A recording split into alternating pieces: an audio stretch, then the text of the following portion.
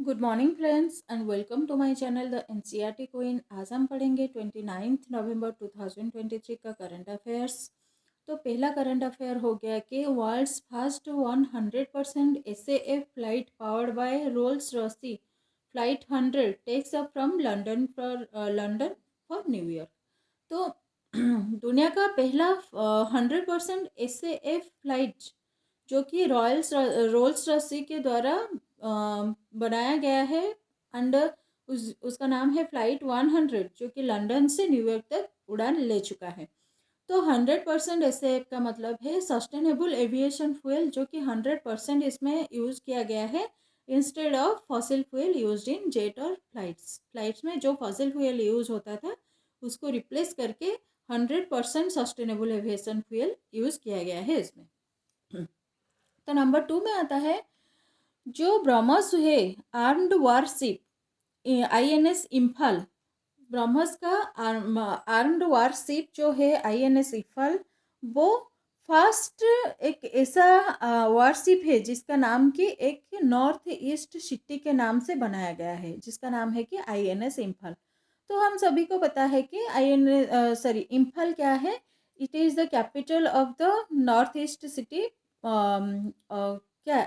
मणिपुर। मणिपुर का कैपिटल इम्फाल होता है। तो इसके नाम से हिसाब से आईएनएस इम्फाल दिया गया है जो कि पहला होता है इस बार, क्योंकि हमारा जो मेरीटाइम ट्रेडिशन है और नावल कस्टम्स है उसके हिसाब से इंडिया का जो भी नावल शिप और सबमरीन होता है उसका नाम प्रोमिनेंट सिटी को लेके और माउंटेन रेंजेस को लेके रिवर्स के नाम के हिसाब से और पोर्ट के हिसाब से और आइलैंड के हिसाब से उसका नाम दिया जा रहा था। लेकिन ये पहली बार हो रहा है जो कि एक सिटी के नाम से हिसाब से दिया गया है इसका नाम जो कि नॉर्थ ईस्ट सिटी इम्फाल के हिसाब से दिया गया है। तो नंबर 3 में आता है Mercedes Benz India appoints Amrit Baid as head of marketing and customer experiences from 1st February 2024। तो फेब्रुआरी 2024 से मर्सिडीज बेंच इंडिया का जो head of marketing and custom experiences है उसके हिसाब उसी पोस्ट में अमृत बैद को अपॉइंटेड किया गया है जो कि 1 फरवरी 2024 से काम करेंगे इस पोस्ट में।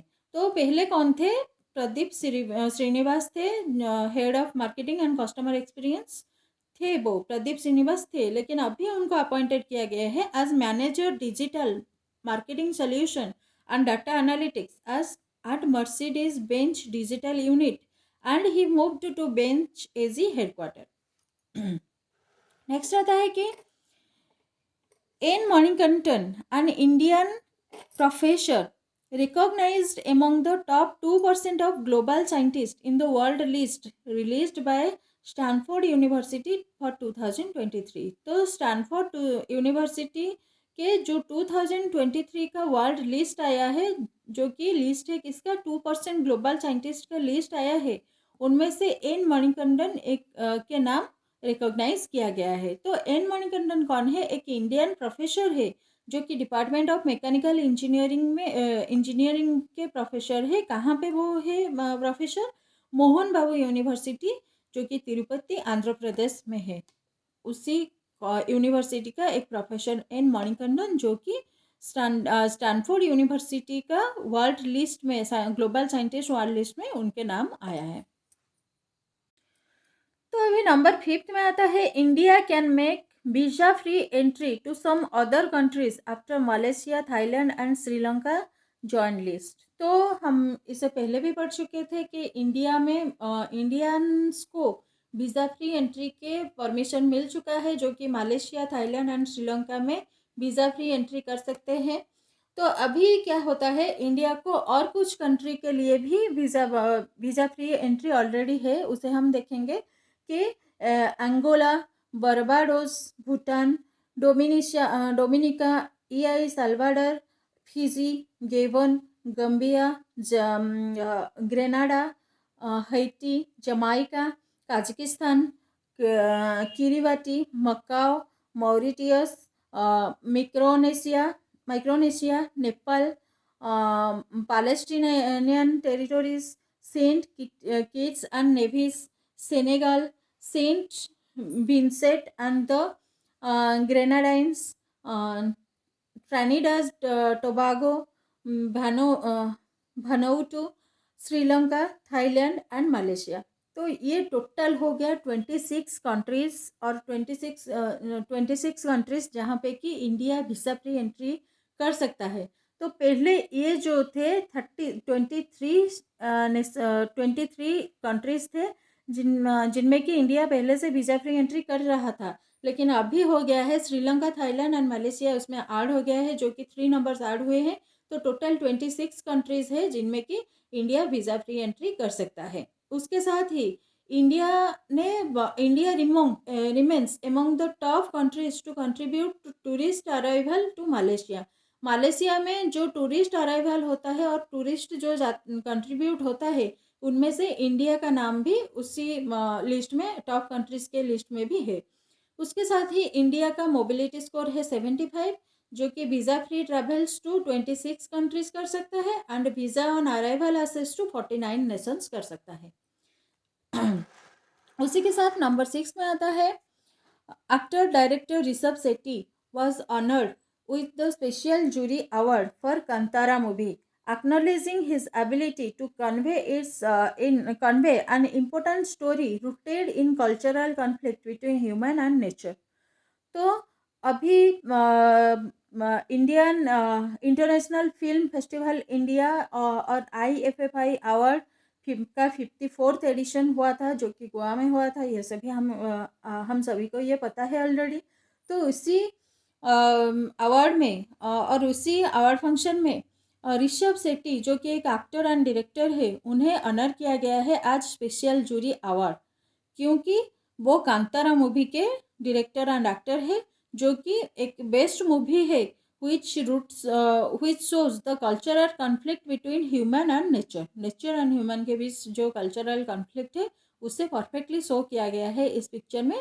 इसी के लिए उनको स्पेशल जूरी अवार्ड मिल चुका है। नेक्स्ट आता है कि Indian navy proposal on second indigenous aircraft carrier और IAC cleared bye defence procurement board. तो डिफेंस प्रोक्योरमेंट बोर्ड ने इंडियन नेवी का बोर्ड के पास इंडियन नेवी एक प्रपोजल दिया था सेकेंड इंडिजिनस एयरक्राफ्ट कैरियर बनाने के लिए। तो ये जो प्रपोजल है ये ऑलरेडी पास हो चुका है।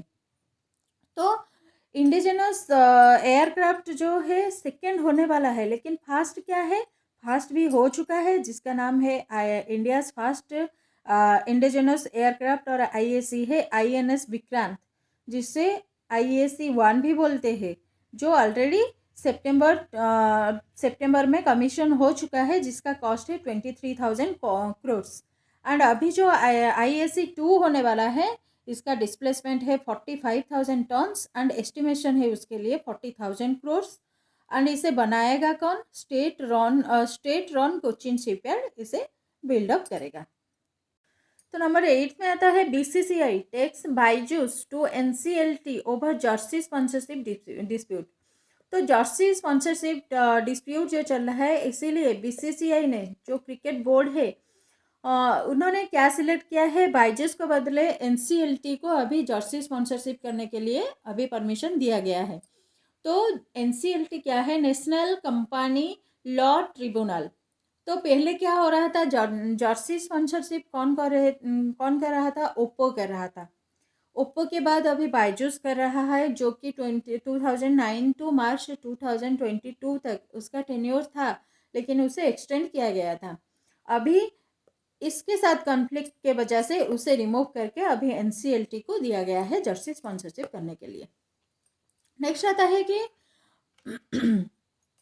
पारा Archer Sheetal Devi achieves another milestone, becomes world's number 1 in latest compound archery ranking।